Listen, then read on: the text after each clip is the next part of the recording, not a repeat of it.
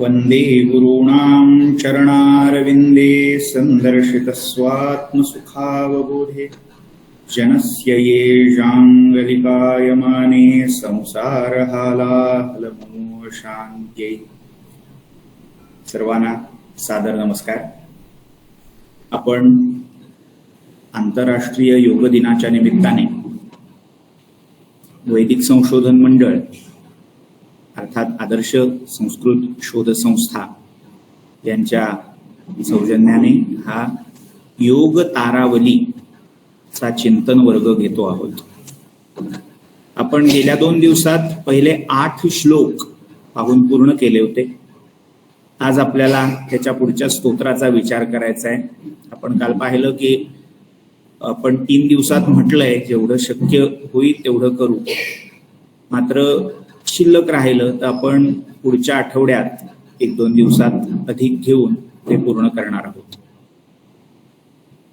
9वा श्लोक असा आहे, अनाहते चेतसी सावधानैः अभ्यासशूरैः अनुभूयमाना संस्तंभितश्वासमनः प्रचारा सा जृंभते केवल कुंभकश्रीः. अनाहते चेतसी, ज्या चित्ताची, चेतस म्हणजे चित्त किंवा मन,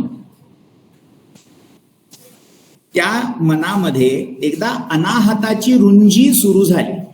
अनाहत नाद याच्याविषयी आपण पहिल्या वर्गात पाहिलं होतं की तो अनाहत नाद म्हणजे कसा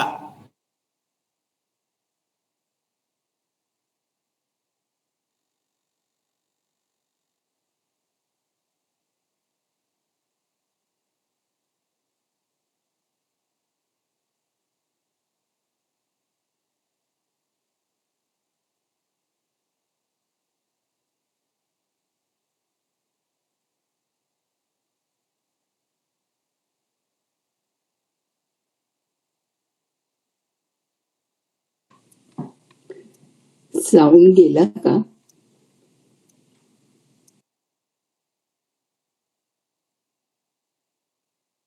साऊंड गेलेला आहे.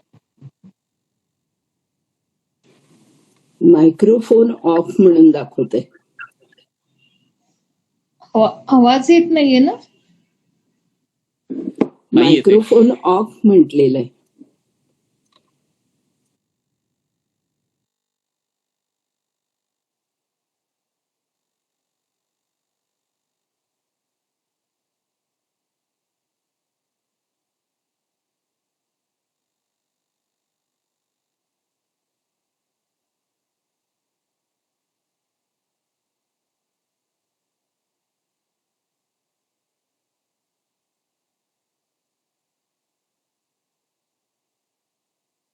हॅलो, आवाज बंद आलाय का? आवाज हॅलो येत मध्ये डिस्कनेक्ट झालं. इंटरनेटचा इश्यू आहे वादळी हवेमुळे. ओके. पुन्हा मी मोबाईल वरून कनेक्ट झालोय. आवाज व्हिडिओ क्लिअर आहे? Okay sir. हो. हा, ठीक आहे. मी म्हणत होतो तो अनाहत नादाचा वेगवेगळ्या प्रकारांविषयीचा नंतरच्या दार्शनिकांनी किंवा विचारकांनी केलेला वर्गीकरणाचा भाग. सबीजक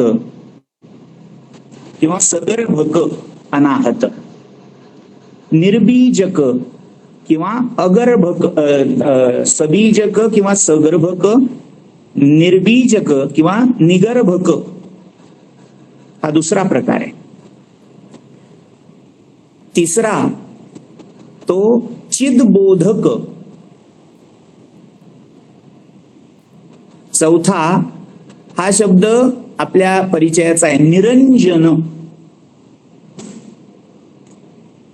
आणि 5वा आहे सदानंदित किंवा सदानंद. हे 5 प्रकार अनाहताचे शास्त्रकारांनी सांगितले. विशेषतः घेरंड संहिता, घेरंड नावाचा एक नाथ सांप्रदायिक योगी प्रसिद्ध होता. त्याने त्या घेरंड मुनीने रचलेला तो ग्रंथ आहे. त्यामध्ये या 5 अनाहतांचा उल्लेख ते करतात.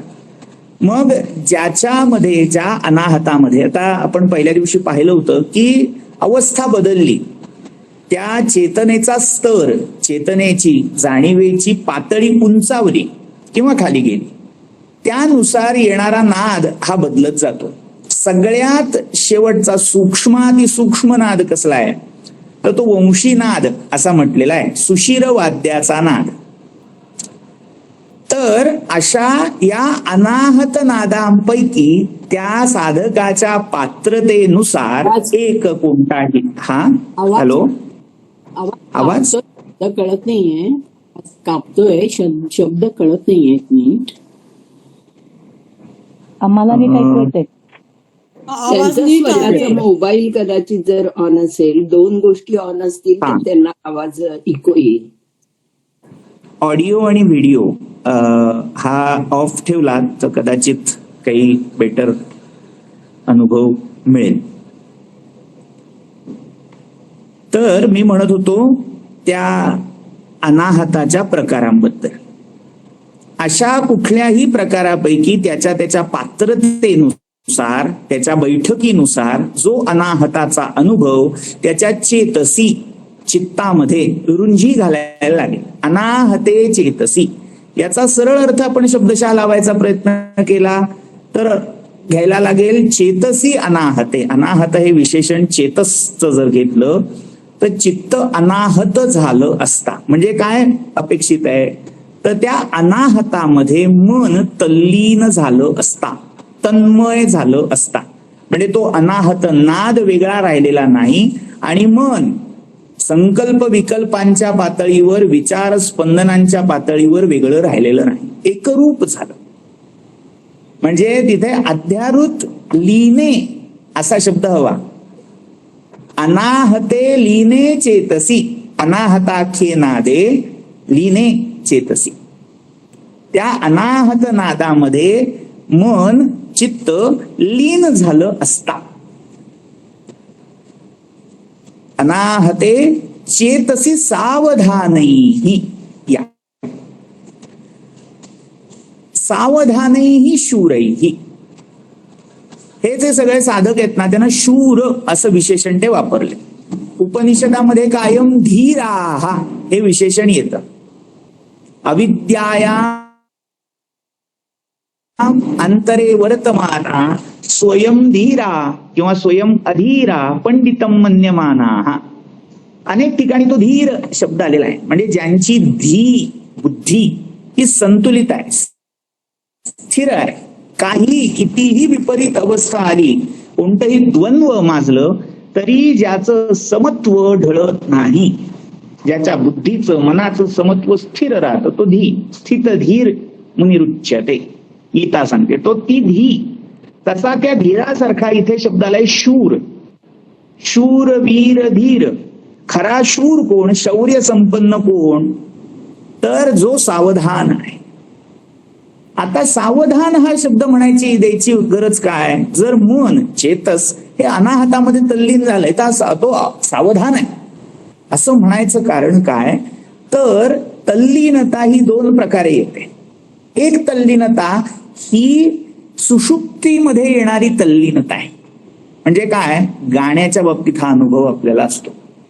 खूप छान गाणं झालं, म्हणजे आता वैदिक मध्ये आहोत त्यामुळे मी वेदाच्या मंडलामध्ये सांगेन की सामवेद, सामगायन उत्तम झालं. याचा एक पॅरामीटर आहे की झोप चांगली आली ना ऐकल्यावर उत्तम झालं म्हणतात. गमतीचा भाग. पण म्हणजे काय, तुम्ही ते झोपलेले असताना पण समेला जाते मान खाली, बरोबर. हे काय आहे तर ती निद्रा त्या लयीशी, त्या तंद्रेशी, संगीताशी इतकी तद्रूप झालीये की तुम्ही झोपेतल्या झोपेत सुद्धा मान जी टाकताय, कलती आहे तुमची, ती पण त्या समेवर कलती आहे, बरोबर. ही एक सुषुप्तीत येणारी तल्लीनता आहे, सुषुप्ती आहे तिथे. आणि जेव्हा तुमची डुलकी किंवा ती झोप मोडेल, चालवेल, तेव्हा तुम्हाला जे मागे झालंय ते थोडं थोडं आठवेलही. म्हणजे असं नसतं की गेलं एकदम जाग आली, हा काय झालं म्हणजे, असं नाही. ती एक प्रकारची तंद्रा, अर्धनिद्रा, अर्ध सुषुप्ती अशी असते. पण इथे अपेक्षित ही अर्धनिद्रा, अर्ध सुषुप्ती नाही. तिथे तुम्ही जागृत असलं पाहिजे. जर आपल्यापैकी कोणी विपश्यनेचं शिबिर केलेलं असेल, विपश्यनेमध्ये जागते रहिये, जागते रहिये, जागे राहा, ते आधी सांगत नाहीत, ते बोलत नाहीत, कमीत कमी शब्दाचा प्रयोग असतो तिथे. पण सगळं टेक्निक ह्या जाग राहण्यावर, सावधान राहण्यावर आहे. तिथेही ते म्हणजे सत्यनारायणजी गोयंकाचे होते, ते सांगायचे की हमें पराक्रम करना है, हमें हमारा शौर्य का परिचय दिलाना है. हे कशासाठी? पराक्रम, शौर्य कुठल्या युद्धाला जात आहे, कुठली मोहीम उघडताय? ती मोहीम स्वतः विरुद्ध उघडलेली मोहीम आहे. स्वतःची जी पहिल्या क्लिष्ट आणि अक्लिष्ट वृत्ती आणि त्याच्याही पुढे ही येणारी तल्लीनतेतली तंद्रा, निद्रा, याच्या विरुद्धचं ते पडणं आहे, क्रांती आहे. त्यामुळे असे जे या वृत्तींना जिंकून, सावध राहून, जागतेपणी त्या नादामध्ये तल्लीन होतात, नाद ऐकतायत आणि ते जागे पण आहेत, त्यांची स्वत्वाची जाणीव ताजी आहे. तर सावधानही अभ्यासशूरैः, अभ्यासामध्ये या सगळ्याचा अभ्यास फार महत्वाचा आहे. एकदा केलं, 21 जूनला योग दिन झाला, सकाळी लवकर उठून सूर्यनमस्कार घातले, योगासनं झाली, संपलं.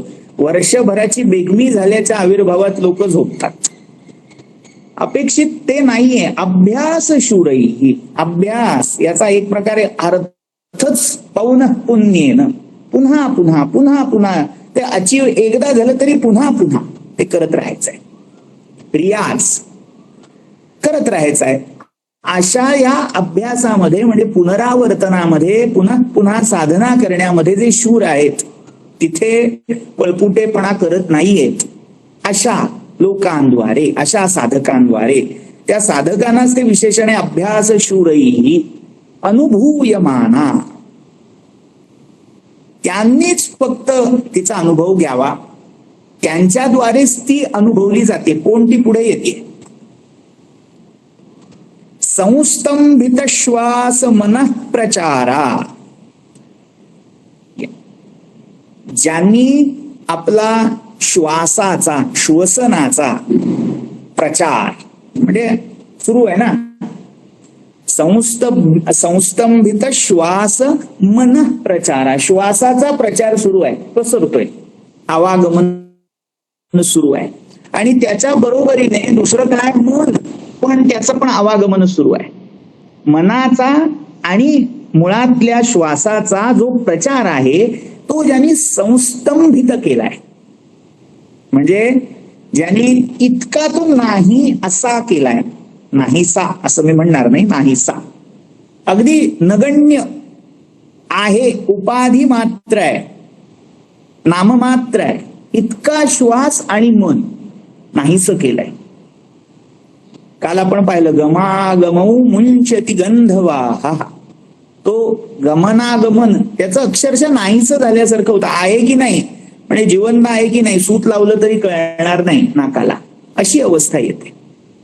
तर असे जे शूर आहेत ते शूर त्या चित्ताची अनाहताशी तन्मय अवस्था प्राप्त झाली असता, ती जी चित्ताची रंगभूमी आहे, तो जो चित्ताचा पडदा आहे, त्यावर त्या केवल कुंभकश्री ही जी आहे तिचा अनुभव घेतात. सा जृंभते केवल कुंभकश्री. केवल कुंभक काय हे आपण काल थोडक्यात पाहिलं होतं. त्याची श्री, त्याचं श्री याचे अनेक अर्थ आहेत. त्यातली एक शोभा, त्याचं सौंदर्य, किंवा श्रीचा एक भौतिक अर्थ मूल्य असा आहे. केवल कुंभकाचं जे खरं मूल्य आहे, त्यातून जे काही गंतव्य प्राप्तव्य आहे ते, किंवा केवल कुंभकाची खरी मजा, खरी मस्ती ही तेव्हा त्या शूरांनी अनुभव घेतली जात असता जृंभते, प्रकट होते. जृंभ म्हणजे जांभई देणे असा सरळ अर्थ निघत असला तरी त्याच्यात मुख्य क्रिया काय होते? आ वाचला जातो, तोंड पसरलं जातं, विकास होतो. तर ती केवल कुंभकाची श्री त्यावेळी विकसित होते. अजून एक शब्द आहे विकचित. कमळ जे फुलतं ना त्याला जृंभ, विकच, विकस अशी क्रियापदं वापरली जातात. ती जी कमळ उमलण्याची प्रक्रिया आहे, श्री म्हणजे लक्ष्मी, ती राहते कुठे? कमळात राहते. तर त्या कमळाची उमलताना दिसणारी शोभा जशी असावी तशी ही केवल कुंभकाची श्री विकसित होते. कुठे होते? केव्हा होते? कोणी अनुभव घेत असताना होते ते आधी सांगितलं. त्या अभ्यास शूरैः अनुभूयमाना पुत्र अनाहते लीने चेतसी. मग कशी?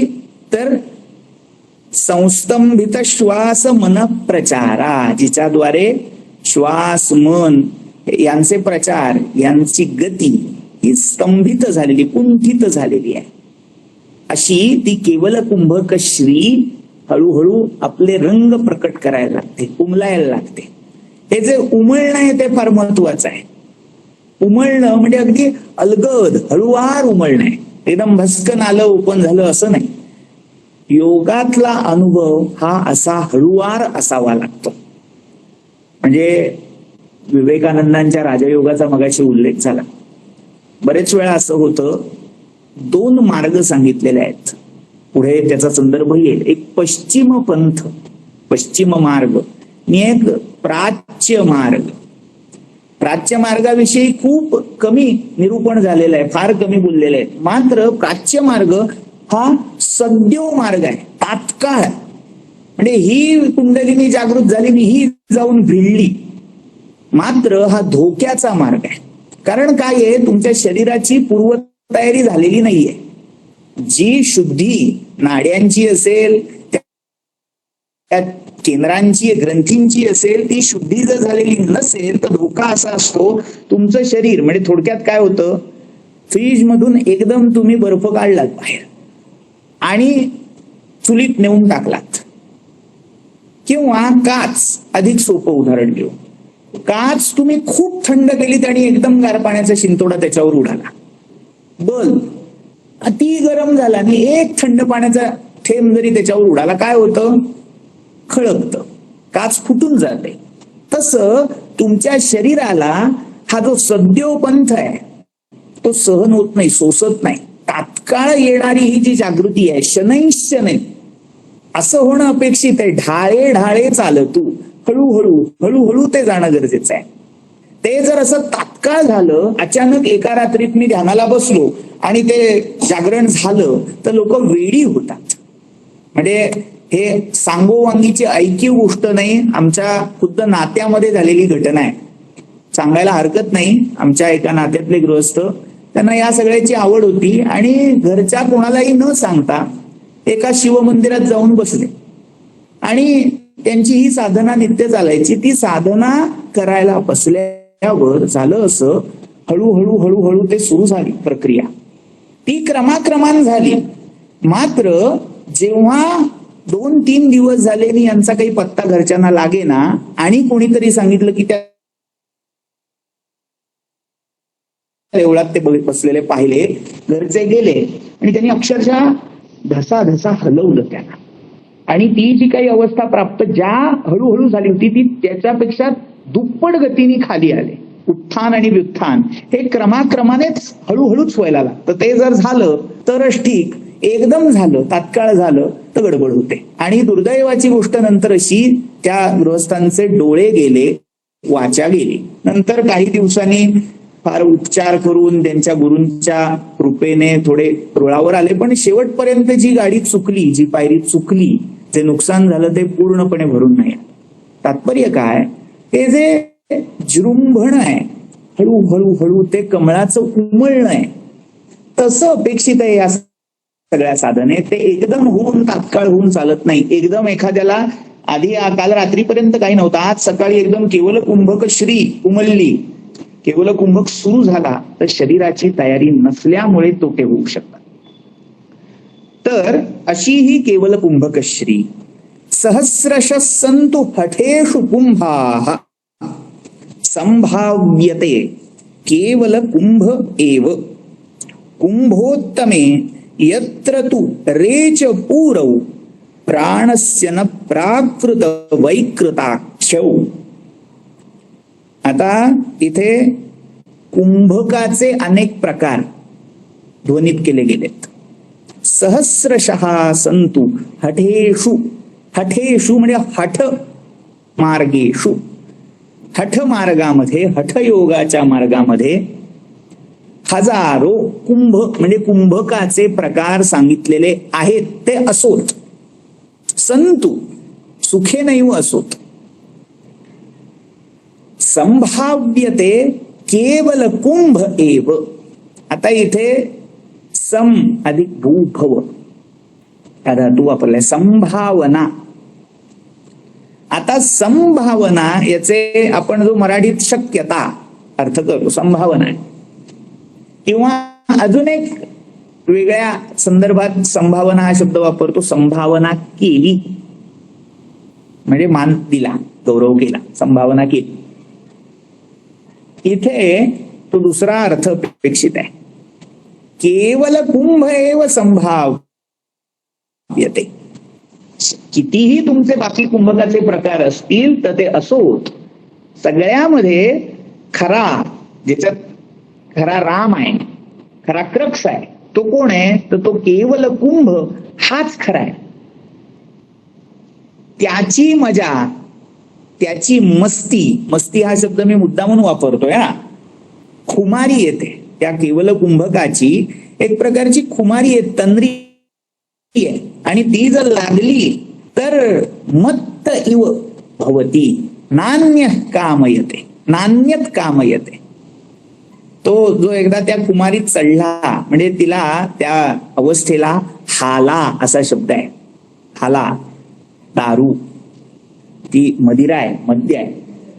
म्हणजे वामाचारामध्ये जे पंचमकार सांगितलेले आहेत ना, ते पंचमकार ज्यांना शब्दशः घ्यायचे त्यांनी ते करावेत, पण खरं त्यातनं जे गंतव्य आहे, प्राप्तव्य आहे, ती मदिरा म्हणजे ही मदिरा आहे, ज्याच्यात तो मद, कसला मद, पराहंतेचा मद. मी मानव, मी जीव, मी या देहातला एक अडकलेला मुमुक्षू किंवा बद्ध असा भाव न राहता मीच या जगाचा नियंता आहे. म्हणजे पुन्हा मी वेदाकडे येतो. वेदामध्ये एक लघुसूक्त म्हणून आलेला आहे, त्याच्यात तो इंद्र जो आहे तो सोमाचं पान करतो आणि इतकं अकंठ पान करतो, म्हणतो ती काय पृथ्वी आली, हे अशी उचलून पृथ्वी खालीवर करून टाकतो, पर्वत हलवतो, आकाश पाडतो, असा तो मद आलाय. म्हणजे काय, त्या देवाला चढले असा त्याचा अर्थ नाहीये. हा जो पराहंतेचा, मी नियंता आहे,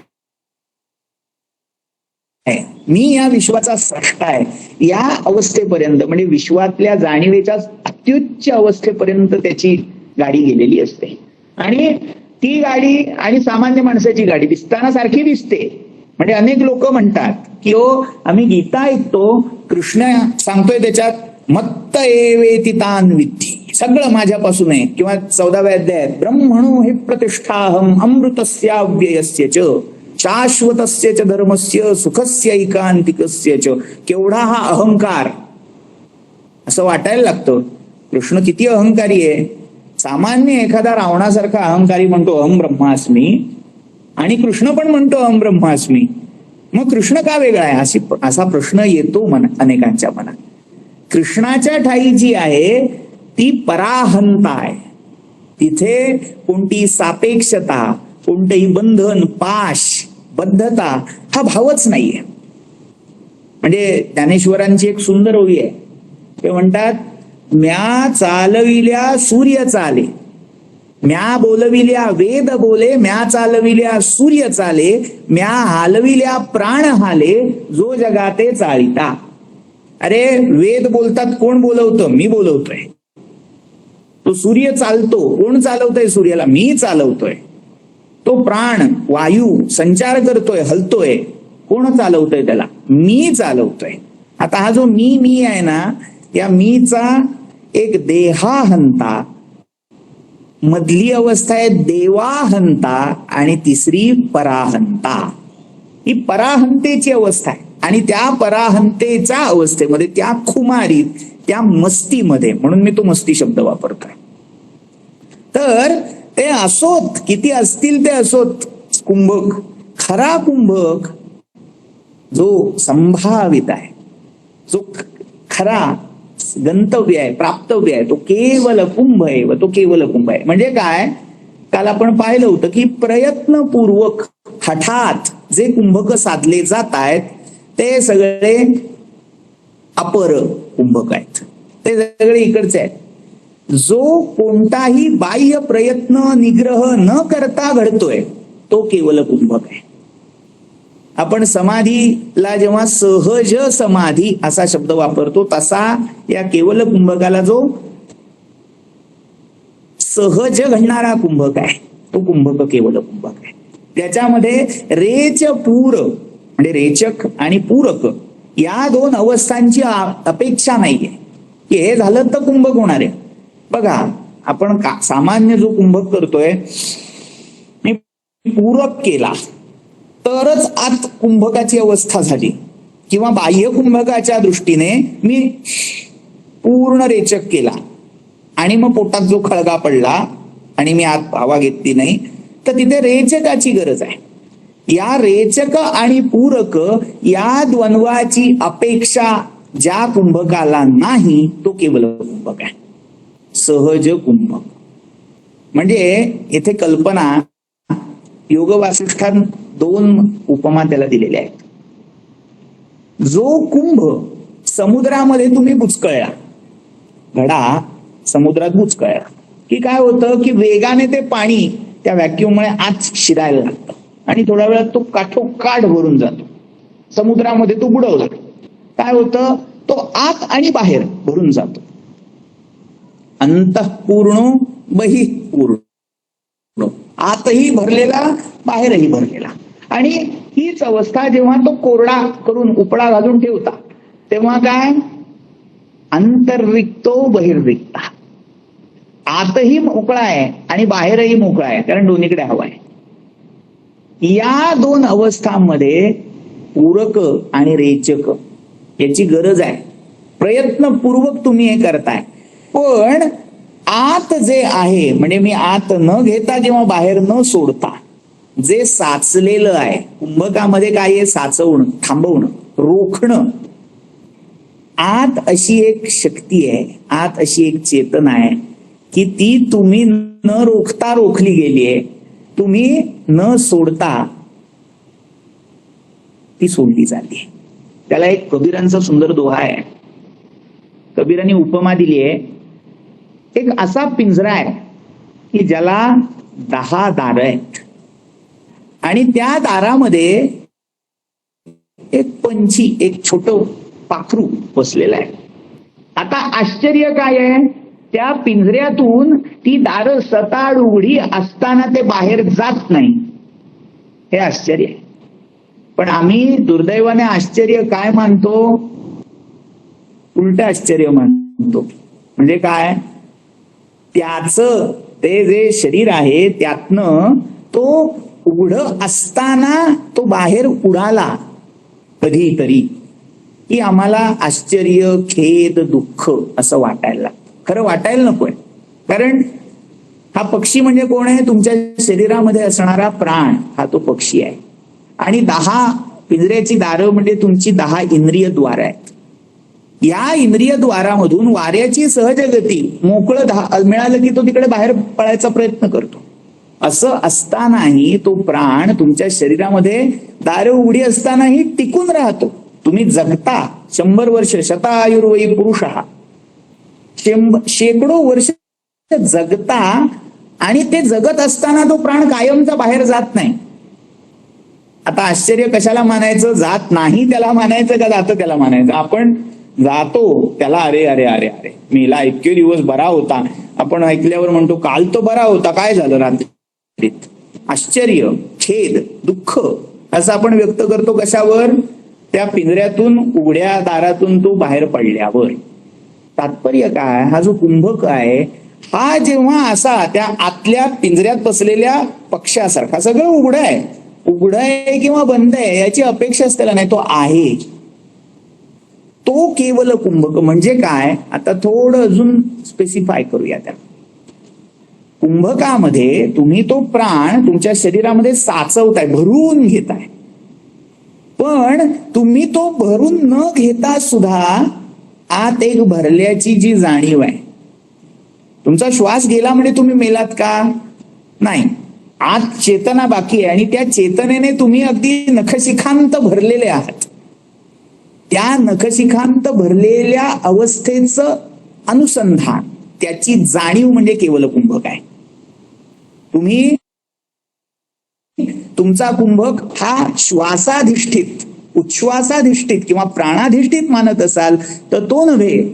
जो कुंभक तुमच्या शरीरातल्या नखशिखांत व्याप्त असलेल्या चेतनेच्या भरल्याच्या जाणीवेने भरलेला आहे, तो केवल कुंभक आहे.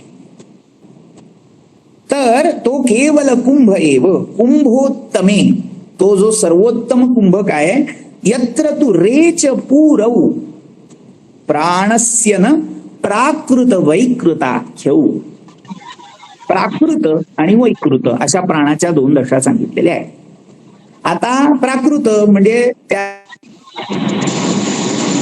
त्याचा जो प्रकृती, त्याच्या स्वभाव धर्माला अनुसरून. हॅलो, कोणाचा तरी बहुतेक ऑडिओ सुरू राहिलाय, कृपया जर म्यूट केलात तर बरं होईल, बाकी त्यांना व्यत्यय येतोय ऐकायला. तर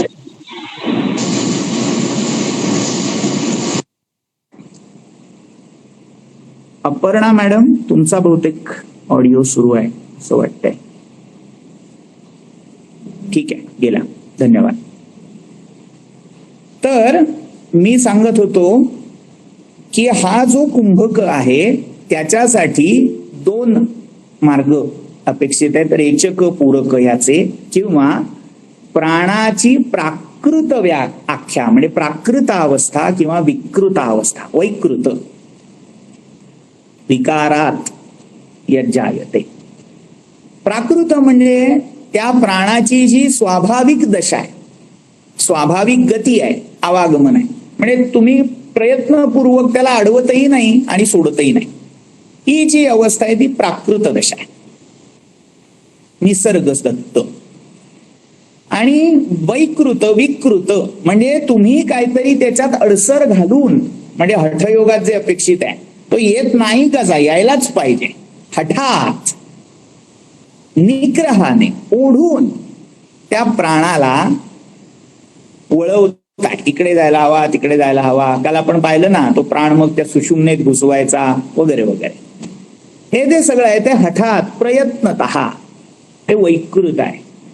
प्राकृत म्हणजे जे निसर्गदत्त प्राणाचं रूप आहे, आणि वैकृत म्हणजे तुम्ही प्रयत्नपूर्वक जे वळवलंय. विकार याचा अर्थ प्रत्येक वेळी वाईटच घ्यायला हवा असं नाही, तर ते विकृत केलेलं आहे, म्हणजे वळवलंय, मोडलंय.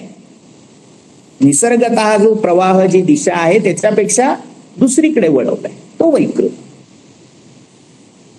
प्राणस्य यत्र प्राकृत वैकृताख्यौ, ज्या अवस्थेमध्ये त्या प्राणाच्या प्राकृत आणि वैकृत या संज्ञा, या स्थिती नुरतात, पुरत नाहीत, किंवा रेचक पूरक याही अवस्था राहत नाहीत.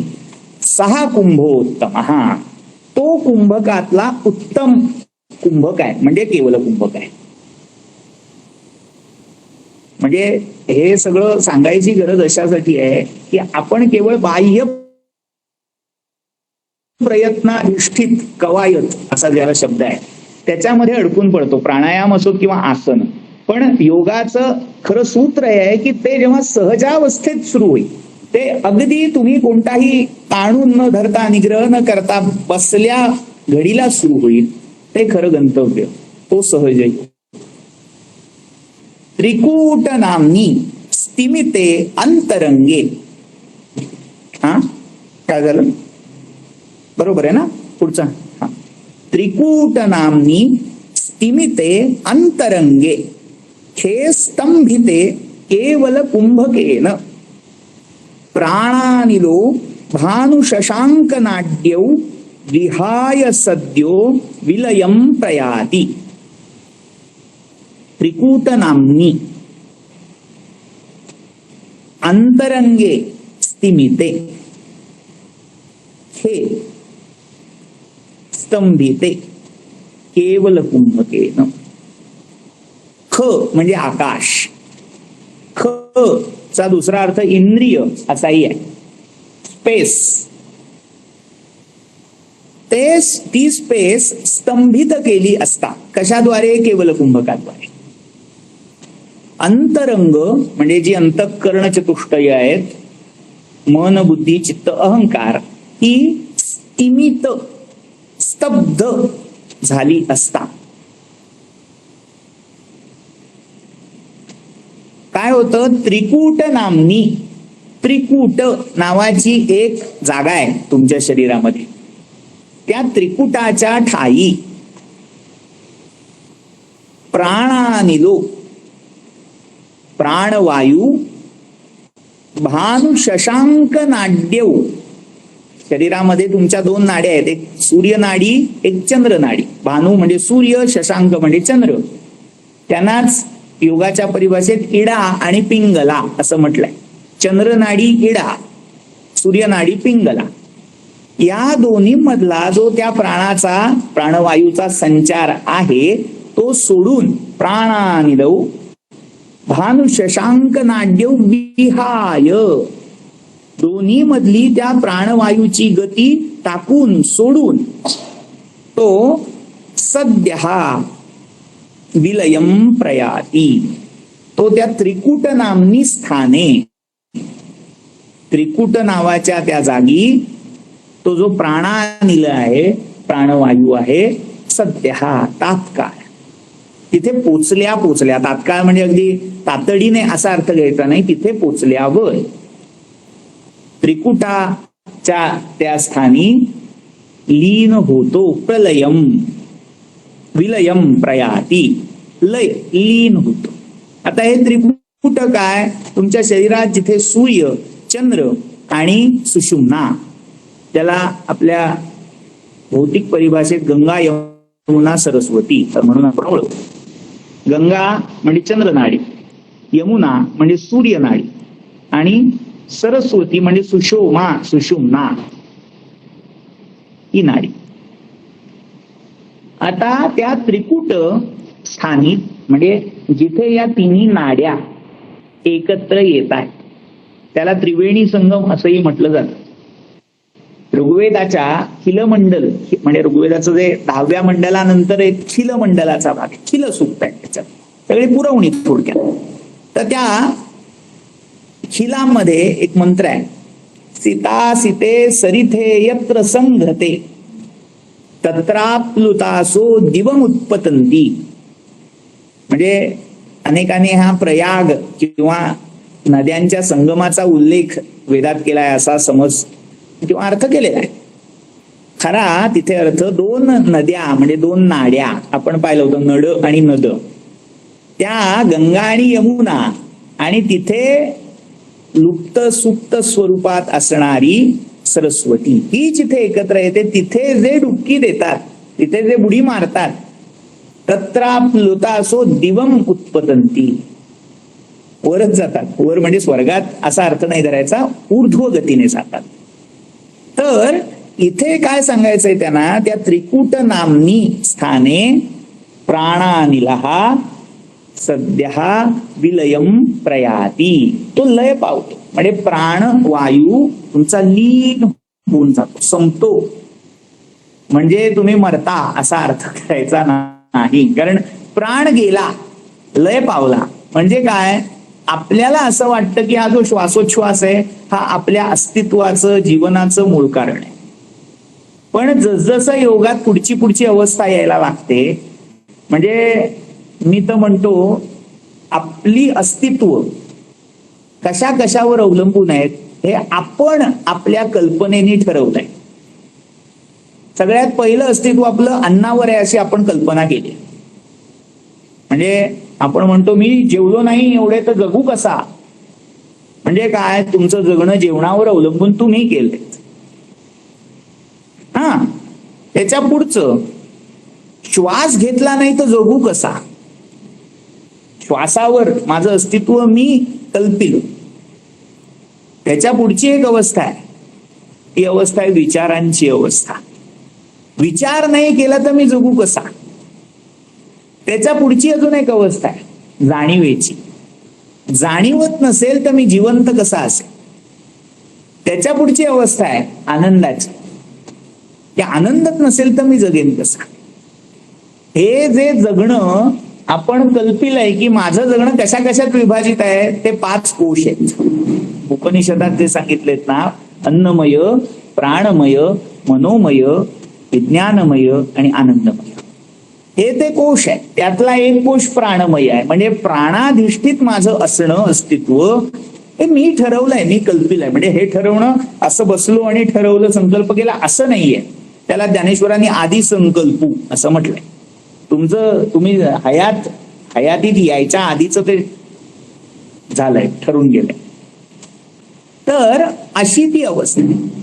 म्हणजे काय होत आहे की ते तुमचं जे प्राण वायू ग्रहण करणं आहे ते थांबून गेलं. तुम्ही त्याच्याशिवायही जगू शकता. आणि ती जी पुढची अवस्था आहे ती केवळ जाणीवेची अवस्था.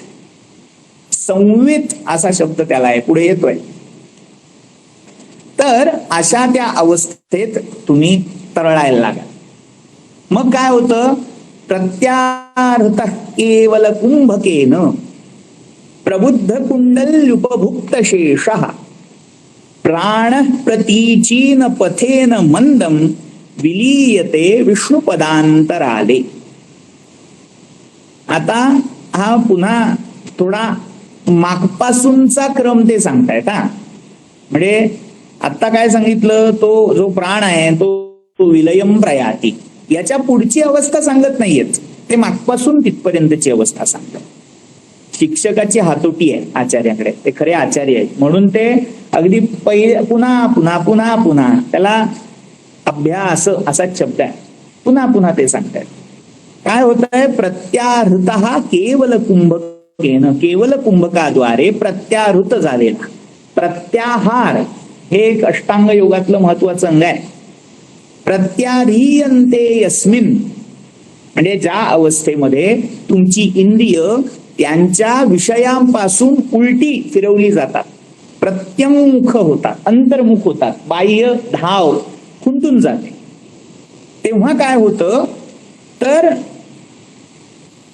प्रबुद्ध कुंडल्युपभुक्त शेषः, ती कुंडली जी आहे ती प्रबुद्ध झाली आहे, जागी झालेली. आणि उपभुक्त शेषः, तिचं जे काय खायचंय प्यायचंय ते सगळं करून झालंय. म्हणून मी काल 6व्या अध्यायाचं जे वर्णन आहे ते वाचायला सांगितलं होतं की ती कुंडलिनी जेव्हा जागृत होते तेव्हा कशी खाय करते. सगळे ते शरीरातले वात पित्त कफ याची जी सगळी कोठार आहेत ती फोडून टाकते अक्षरशः. सगळे मद म्हणतोय, मांस, मज्जा, मेद, ह्या सगळ्यांची कोठार ती संपवते. आणि अशी ती उपभुक्त शेष, खाऊन पिऊन ढेकर दिली, तृप्त झाली अशी. मग काय होतं की तो प्राण जो असतो, तो प्राण कशामुळे हे सगळं झालं, तर या केवल कुंभकाद्वारे कुंडलिनी जागी झाली असता, तिची सगळी खाऊन पिऊन तृप्ती झाली असता, तो जो प्राण आहे तो प्राण हा प्रतीचीन पथेन मंदम, प्रतीचीन पथ, मगाशी जो मी उल्लेख केला पश्चिम पथ. संस्कृतमध्ये आपण ज्या 4 दिशा मानतो त्यांना वेगळी नावं दिलेली आहेत, म्हणजे समानार्थी. ही नावं आहेतच, पूर्व पश्चिम उत्तर दक्षिण. प्राच्यवाची प्रतीचीच तुर्योदीची तथैवच दिशश्य तस्र प्रमुखा वंदन्ते धार्मिका जना, असं सुभाषित आहे. प्राची म्हणजे पूर्व, अवाची म्हणजे दक्षिण, प्रतीची म्हणजे पश्चिम आणि उदीची म्हणजे उत्तर. तर त्यातली जी प्रतीची म्हणजे पश्चिम आहे त्या पश्चिम पथाद्वारे, पश्चिम पथातून. आता पश्चिम का? माणसाची जी आयडियल दिशा आहे तो ज्या दिशेला उन्मुख आहे, सन्मुख आहे, ती पूर्व मानलेली आहे. पूर्वेला जर आपण तोंड केलं तर आपल्या मागची बाजू कुठली येईल? पश्चिम, प्रतीची. आपल्या उजवीकडे कुठली येईल? दक्षिण. उजवीकडे दक्षिण. दक्षिण हा शब्द उजवा या अर्थी म्हणून आलाय. म्हणजे नॅचरली ज्या दिशेला तुमचं तोंड असायला पाहिजे ती पूर्व मानली, मागची ती पश्चिम मानली. मग शरीरामध्ये आपण जेव्हा असे बसलोय तेव्हा आपल्या या म्हणजे हे आपलं शरीर आहे, हा विस्तार आहे, रुंदी असं धरूया. तर त्याच्यात पुढचा नव्हे मागचा मार्ग, प्रतीचीन पथ म्हणजे काय? मेरुदंडाचा मार्ग. मेरुदंड मणका, आपला कणा, तो जो मेरुदंड आहे त्या मेरुदंडाच्या मार्गाने, म्हणून तो प्रतीचीन पथ आहे. मंदम विलीयते विष्णुपदांतराले, ही हळूहळू मंदम मंदम हळूहळू चढत चढत शेवटी विष्णुपदांतराले. विष्णुपद म्हणजे आकाश, आपण काल पाहिलं होतं, त्या आकाशामध्ये त्या विष्णुपद रूपी अंतराळामध्ये विलीन होते किंवा तो विलीन होतो प्राण.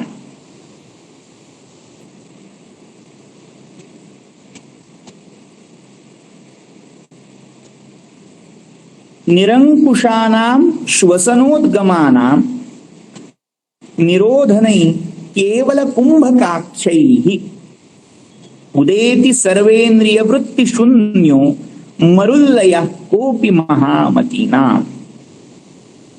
निरंकुशानां श्वसनोद्गमानां, श्वसनोद्गम म्हणजे श्वास जे सुटतायत, उत्पन्न होत आहेत, उद्गम म्हणजे उगम, ते निरंकुश आहेत. आपण श्वास ठरवून घेत नाही, तो निरंकुश चाललेला आहे. तुम्ही म्हटलंच नाही याचा तरी तो घेतला जातो. त्यामुळे त्याच्यावर तसं म्हटलं तर तुमचा होल्ड नाही, म्हणून ते निरंकुशानाम श्वसनोद्गमानाम. श्वसन आणि उद्गमन, श्वसनाचा उगम असा अर्थ केला तरी चालेल आणि श्वसनमच उद्गमनमच असा द्वंद्व समास केला तरी चालेल. म्हणजे काय? उद्गमन म्हणजे वर जाणं, बाहेर जाणं. जे श्वसन म्हणजे आत घेणं आणि तो श्वास बाहेर टाकणं, या दोन्हींचा जो निरंकुशपणा आहे, स्वभाव जो सतत तुम्ही ठरवलं तरी आपलं हवं तसं वागण्याचा आहे, तो निरोधनैहि केवल कुंभकात्यैहि, केवल कुंभक रूपी निरोधनाने, निरोध करू, केवल कुंभकाने त्या श्वसनाला आपसुक आवृत करू. आता पुन्हा इथे लक्षात घ्यायचंय, तुम्ही बाकीच्या कुंभकांद्वारे ठरवून तो कंट्रोल करा, केवल कुंभकातून तुम्ही कंट्रोल न करता कंट्रोल करा. म्हणजे काय? याच्यासाठी आई मुलाला कसं शिकवते ते आठवायचं. म्हणजे काय? आई जी असते ती बाळाला नको करूस, 3 प्रकारे तिचं शिकवणं असतं. पहिलं ओरडून नको करूस, दुसरं मारून फटके देऊ, आणि तिसरं नजरेने. म्हणजे पाहिलं असेल की ते बाळ जे असतं पहिल्यांदा फटका बसतो, ओरडते जाऊ नकोस, दुसऱ्यांदा फटका बसतो, तरी तिसऱ्यांदा तो जातो. मात्र आई काहीच बोलत नाही, ती फक्त असं नजर टाकते त्याच्यावर आणि ते बाळ तिच्या नजरेतले भाव ओळखतं आणि गुमान मागे. तिची नजर चुकली की पुन्हा जाईल, पण ते नजरेच्या धाकात असतं. तसं इथे जे श्वसन उद्गमनाचं जाणं येणं आहे ते तुमच्या साक्षी भावनेने निरुद्ध करू. साक्षी भाव, आईचा जसा ते नजर बोलतीये ना, तसं तुम्ही केवळ साक्षी रूप व्हा. तिथे बघा, आपल्या श्वासाकडे आपल्या आत जी चाललीये आवागमनाची प्रक्रिया, त्याच्याकडे फक्त बघा. तुमचं बघणं झालं की ते कंट्रोलमध्ये येईल. ऐकायला खूप छान वाटतं ते करायला. तुकोबांचा जभंग आहे, बोल बोलता गोड वाटे, करू पाहता टीर वाटे. असो, तर असं ते निरोधनैहि केवल कुंभकाख्यैहि उदेपि सर्वेंद्रिय वृत्ती शून्यो. तेव्हा सर्वेंद्रिय वृत्ती शून्यता, सगळ्या इंद्रियांच्या वृत्ती म्हणजे काय, सहज प्रवृत्ती आहे. आपल्या डोळ्याची वृत्ती पाहणं आहे, रूप बघणं आहे. आपल्या कानाची वृत्ती ऐकणं आहे. आपण म्हटलं डोळे मिटायला बसायचं तरी त्याला आपल्याला त्या आपल्या नेत्रपटलावर जो रंग असतो वेगवेगळा, अंधार असेल, लालसरपणा असेल, तो आपण डोळे मिटूनही बघत असतो. एवढंच कशाला, ते भौतिक नेत्रगोलकातलं दिसलं नाही तरी कल्पनेतली चित्र आणतो डोळ्याचं. मग हे असं चाललं असेल, बघायचं नाही असं ठरवलं तरी त्या इंद्रियांच्या वृत्ती धावतात. या इंद्रिय वृत्ती ज्या तुम्ही थांबवूनही थांबत नाहीये, त्या जेव्हा ही प्रक्रिया सिद्ध होते, जेव्हा केवल कुंभक सिद्ध होतो, तेव्हा आपसूक खुंटून जातात. तुमचं पाहणं खुंटून जातं, तुमचं ऐकणं खुंटून जातं. कान असून बहिरा, डोळे असून आंधळा, अशी अवस्था थोडक्यात प्राप्त होते. आणि मग काय होतं, मरुल्लया कोपी महामतीना. आणि मग मरुल्लय होतो. मरुत ही जी संज्ञा आहे, वायू, ही संज्ञा कुंडलिनीची आहे. जर हठयोगाचा तुम्ही जरा थोडा डीप मध्ये अभ्यास केला, पहिल्या दिवशी कदाचित मी हे सांगितलं होतं की जेव्हा कुंडलिनी आज्ञाचक्राला भेदून वर जाते, तेव्हा तिची तै कुंडलिनी हे भाष जाये असं ज्ञानेश्वरांनी वापरलंय. तिथे कुंडलिनी ही संज्ञाच संपून जाते. कारण कुंडलिनी तुमच्या कल्पनेची का होईना एक पुतळी आहे, आकृती आहे नागिणीच्या पिल्लासारखी, काहीतरी ते असं असं तुमच्या धारणेसाठी का होईना कल्पिलेलं आहे. पण त्याच्या पुढे ती आकाराची धारणा, रूपाची धारणा, कर्माची धारणा सुद्धा सरून जाते. मरुत ही संज्ञा तिला प्राप्त होते. म्हणजे वारा फक्त स्पर्शावरून तुम्हाला जाणवेल, बाकी तुम्हाला दिसणार नाही, काही कळणार नाही. तेवढंच त्या कुंडलिनीचं अस्तित्व राहतं. ही मरुत म्हणजे ती कुंडलिनी, तिचाही लय होतो. कोपी महामतीना, कोण्या एका महामनस्वी, महाभाग्यशाली अशाच्या बाबतीत तो मरुल्लय होतो. तो मरुल्लय एका अर्थी प्राण शक्ती जी आहे तिचा लयही करू शकता, मानू शकता. आणि दुसरं, जी मरुत या संज्ञेला प्राप्त झालेली कुंडलिनी आहे तिचाही लय तो मानू शकता. हे सगळं कुठे चाललंय तर त्रिकूट नामनी, हे इथे चाललंय. हे त्रिकूट आहे. कूट या शब्दाचा अर्थ शिखर. तर हे तुमच्या शरीरातलं एक शिखर आहे. निरंकुशानाम श्वसनोद्गमानाम, हे झालं. न दृष्टी लक्षाणी न चित्तबंधो न देशकालौ न च वायुरोधः न धारणा ध्यान परिश्रमो वा समेधमाने सती राजयोगे. एकदा का तो राजयोग समेधमान झाला, सिद्ध झाला,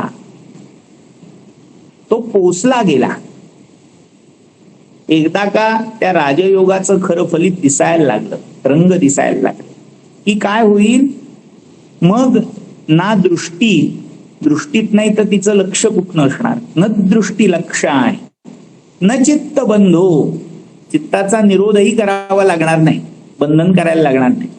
न देश कालौ, मग ना स्पेस ना टाइम. देश, स्पेस, काल, टाइम या दोन्ही सत्ता, या दोन्हीची बंधनं राहणारच नाही. न च वायुरोध, तुम्हाला वायूचं रोधन करायला लागणार नाही, अडकवून ठेवायला लागणार नाही. न धारणा ध्यान परिश्रमो वा, किंवा धारणा ध्यानाचे कष्टही सोसावे लागणार नाही. केव्हा? समेध माने सती राजयोग. एकदा का तो राजयोग. आता इथे राजयोग ही संज्ञा आपण जे योगाचे प्रकार पाहिले, त्या राजयोगाचा आणि या राजयोगाचा काय संबंध? गंतव्य एक आहे म्हणून तो नामसादृश्य म्हणता येईल. त्याच्यातून जे साधायचंय ते इथे साधलं जात आहे म्हणून त्याला राजयोग म्हटलंय. बघ, ज्ञानेश्वरांनी तो अवधारी हा पंथ राजू, पंथराज, राजपंथ, राजमार्ग हे ज्याच्या बाबतीत म्हटलंय तो थोडक्यात योगांचा राजा अशा अर्थी तो राजयोग शब्द वापरलाय. आता कसं आहे, प्रत्येक संप्रदायामध्ये योगाच्या तो संप्रदाय हा सर्वश्रेष्ठ मानलेला आहे.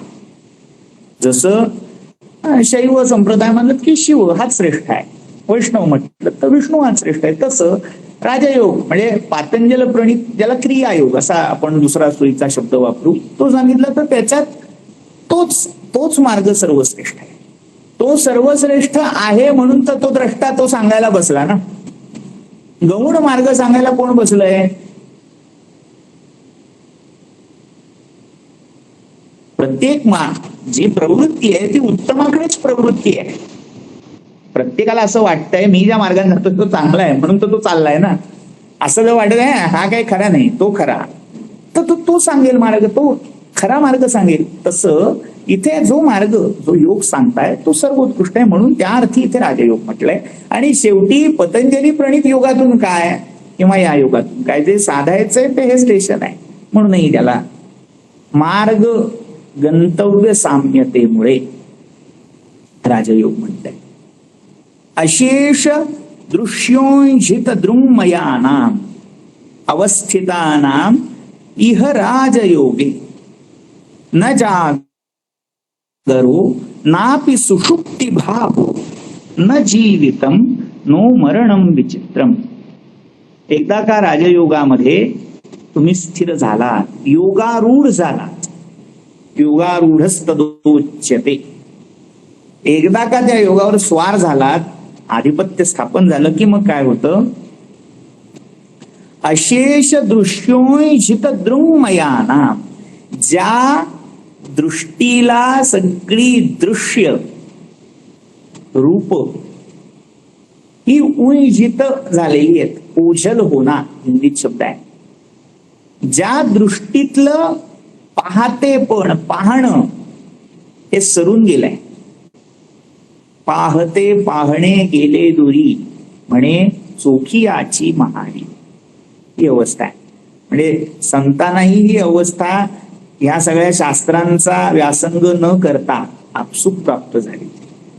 आपसूक म्हणजे त्याच्यासाठी त्यांची स्वांत साधना आणि अर्थात गुरुकृपा हा मोठा भाग होता. पण गरज आपल्याला शास्त्रांची का पडतेय? आपण त्या बाकीच्या बाबतीत तुळे पांगळे आहोत म्हणून आपण किमान ग्रंथ शास्त्र वाचून तरी तिथपर्यंत पोहोचायचा प्रयत्न करतो. तर ज्या दृष्टीतलं पाहणं रूप हे सरून गेलंय, ओसरून गेलंय, त्या दृष्टीशी एकरूप झालेल्या म्हणजे साक्षी भावात अधिष्ठित झालेल्या अशा अवस्थितानां इह राजयोगे, या राजयोगामध्ये तो अवस्थित झाला, योगारूढ झाला की काय होतं? तो साक्षी भावात स्थिर होतो. आणि तो एकदा साक्षी भावात स्थिर झाला की मग काय होतं? न जागरो, मग जागरणही नाही, नापि सुषुप्ती भावो, मग तिथे झोपही नाही आणि जागृती नाही. न जीवितम, मग तिथे जगणं, जिवंत असणंही नाही. नो मरणम, आणि मरणही नाही, जन्म नाही मरण नाही, अशी विचित्र, अशी आश्चर्यकारक अशी अवस्था त्या योग्याला, त्या साधकाला प्राप्त होते. ना जन्म ना मरण, ना जागृती ना सुषुप्ती, ऐसे केले, अशी त्या गुरुकृपेने स्थिती प्राप्त झाली. अहम ममत्वात व्यपहाय सर्वम, आता इथे थोडं टायपिंग मिस्टेक झालीये. सर्वम अनुस्वार गळलाय आणि तो पुढच्या शब्दाशी जोडला गेलाय. सर्व श्रीराजयोगी असं दिसत असेल पण पाठ मूळ असा आहे, अहम ममत्वाद व्यपहाय सर्वम श्री राजयोगे स्थिरमानसानाम. श्रीमती राजयोगे, जो श्रीमत असा राजयोग आहे. आता ही श्री कोण, जिच्याने तो राजयोग संपन्न आहे, ते आधी सांगितलेली केवल कुंभक श्री. ही त्या केवल कुंभक श्रीने मंडित असणाऱ्या या राजयोगामध्ये एकदा ज्याचं मानस स्थिर झालं, स्थिर मानसानाम, थोडक्यात जो या योगावर आरूढ झाला तो काय करतो, अहम ममत्वाद व्यपहाय, त्याचं अहम आणि मम हे जे वेदन आहे, वेदन याचा अर्थ जाणीव, ती संपून जाते. व्यपहाय सोडून मी आणि माझं ही जाणीव त्याची संपून जाते. म्हणजे इथे पुन्हा आठवते ती मुक्ताई, ताटीचे अभंग. जेव्हा त्या सगळ्या गावच्या लोकांनी ज्ञानेश्वरांवर दगड फेकले, चिखल टाकला, सगळं नाही ते सगळे प्रकार बिचाऱ्याच्या बाबतीत झाले. आणि तो गांजलेला ज्ञाना जेव्हा त्या कुटीमध्ये येऊन ताटी लावून बसला, तेव्हा मुक्ताई त्याला काय सांगते, विश्व ओपे झाले वन्ही, संत मुखे व्हावे पाणी. तिथे विश्व हे सगळं काय आहे, तर ते कोपाने कितीही तुमच्यावर आगपाखड करत असेल तरी संताने स्वतः पाणी व्हायचंय. ते जे ताटीचे अभंग आहे त्याच्यात तो सगळा योग्याचा प्रवास आहे. योगी पावन मनाचा, साही अपराध जनाचा. हे मी सांगतोय याच्यासाठी एक एक ते ओळ घेत बसलं तर कठीण आहे, त्याच्यावरच बोलत बसायला लागेल. भाव काय आहे, मी या जगापेक्षा कोणी वेगळा आहे हे मानणं योग्याचं संपलं पाहिजे. किंबहुना ते संपलं तरच तो योगी होऊ शकेल. योग्याची व्याख्या मुक्ताईने जी केली आहे तिच्या दृष्टीनं ज्याचं अहंता आणि ममता संपलेली आहे, हे माझं, हे मी, हे ज्याला वाटत नाही तो योगी आहे. आपण जगावर का चिडतो, त्याचं कारण जग जेव्हा मला किंवा माझ्या गोष्टीला काहीतरी इजा पोहोचवतंय असं वाटतं तेव्हा मी चिडतो. पण मराठीत दुसरी म्हण आहे, आपलेच दात आपलेच ओठ असले तर चिडणार कोणावर. संतांचे हे असं होतं, आपलेच दात असतात आपलेच ओठ असतात. त्या संताला कोणी उपसर्ग दिला, काही त्यांचं लुटलं, काही मारलं, काही लुबाडलं, तरी त्यांना राग येत नाही. योग्याला राग येणं अपेक्षित नाही. का तर त्यांचं अहंता आणि ममता ही दोन्ही मुद्दलं गेलीत, भांडवलं हरवलीत. अहंता आहे, मी कोणीतरी आहे, त्यामुळे जे माझं आहे त्याला सगळ्यांनी शिरोधार्य मानलं पाहिजे. बघा, म्हणजे मास्तर वर्गाबाहेर आले, ती चप्पल पादुकांसारखी विद्यार्थ्याने डोक्यावर घेतली पाहिजे असं कुठेतरी मनात असतं. माझी चप्पल, माझ्या पादुका, माझी पट्टी, माझी छडी, माझं पुस्तक, हे जे मी आहे, मी आहे म्हणून ते माझं आहे. हे दोन्ही जे भाव आहेत ते योग्याला उरता कामा नये. ते उरलेले असतील तर तो खरा योगी नाही. तर अहम ममत्वाद व्यपहाय, अहंता म्हणजे मी कोणीतरी आहे आणि हे माझं आहे, या भावनेला सोडून या जाणीवेच्या परत होऊन व्यपहाय ते झालं पाहिजे. जर म्हणजे चांगदेवाच्या बाबतीत जे झालं ते की यांना नमस्कार म्हणू का आशीर्वाद देऊ, मी कोणीतरी आहे, 1400 वर्ष जगलो आणि हा कोण कालचा पोर. कशामुळे आहे तर ते अहंता आणि ममता गेली नाहीये. मुक्ताईचा जो पुढचा प्रसंग आहे तिथे ती स्नान करते, मी पुरुष आहे, ही स्त्री आहे, हा भाव तिथे गेला नाहीये. त्यामुळे ही अहंता आणि ममता जिथपर्यंत गेली नाही तिथपर्यंत तो योगी खरा नव्हे. अहम ममत्वाद व्यपहाय सर्वम, सगळं व्यपहाय, सगळं जे काही मी आणि माझं याच्या कक्षेत येणार आहे, म्हणजे इन्क्लुडिंग हे शरीर, तिथपासून सगळं सोडून, पाणी सोडून त्याच्यावर, न द्रष्टृता नास्तिच दृश्य भावा. आता त्याच्याही पुढची कडी तिथे सांगितली की अशा स्थिर मानस झालेल्या योग्यांच्या मध्ये मागे सांगितलं की साक्षीभाव तरी कुठेतरी होता. आता तो साक्षीभावही राहत नाही. न द्रष्टृता, तिथे द्रष्टृता ही देखील राहत नाही. नास्तिच दृश्य भाव, आणि मी द्रष्टा हाही भाव नाही आणि हे दृश्य हाही भाव नाही. आणि तिथे केवळ ती संवित, ती ज्ञप्ती, ती जाणीव एवढीच उरते. सा जृंभते केवल संविदेव, जाणीव फक्त राहते. मी द्रष्टा हे दृश्य ही देखील भावना उरत नाही. मी द्रष्टा हे दृश्य असं म्हटलं तरी कुठेतरी अहंता आणि ममता यायची संभावना आहे. म्हणजे मी पाहतोय ह्याच्यातच मी आला ना, आणि मी अमुक अमुक पाहतोय म्हणजे त्याच्यात द्वैत आलं. हे पाहणं हे देखील तिथे सरून जातं. न द्रष्टृता नास्तिच दृश्य भावा सा जृंभते केवल संविदेव. तिथे केवळ आणि केवळ ती संवित, जाणीव, परमचेतना एवढीच उरते. तीच फक्त तिथे उल्लसित होत राहते, उमलत राहते.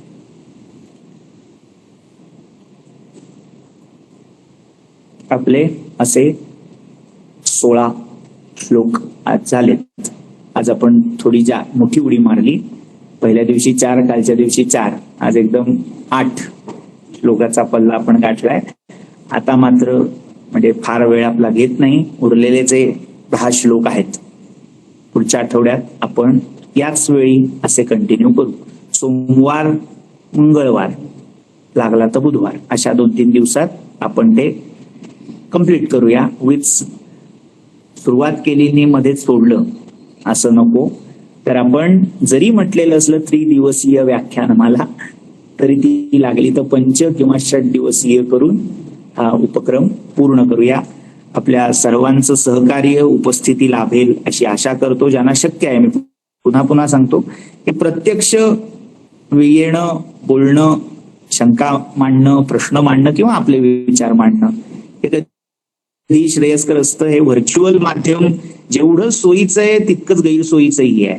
आपण अनुभवत असाल की नेटवर्क गेलं की जात आहे, मध्ये शब्द जात आहेत, व्हिडिओ ब्लर होतोय, असे अनुभव येतात.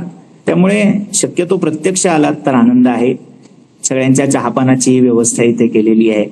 त्यामुळे ज्यांना शक्य आहे, जे पुण्यात आहेत, त्यांनी जरूर वैदिक संशोधन मंडळाला भेट द्या. आणि ज्यांना खरंच शक्य नाही ते ऑनलाईन हे करू शकतीलच. सर्वांना मनपूर्वक धन्यवाद. आपण शांती मंत्र घेऊया आणि थांबूया. सर्वेत्र सुखिनः सन्तु, सर्वे सन्तु निरामयाः, सर्वे भद्राणि पश्यन्तु, मा कश्चित् दुःखमाप्नुयात्. ओम शांति शांति शांति.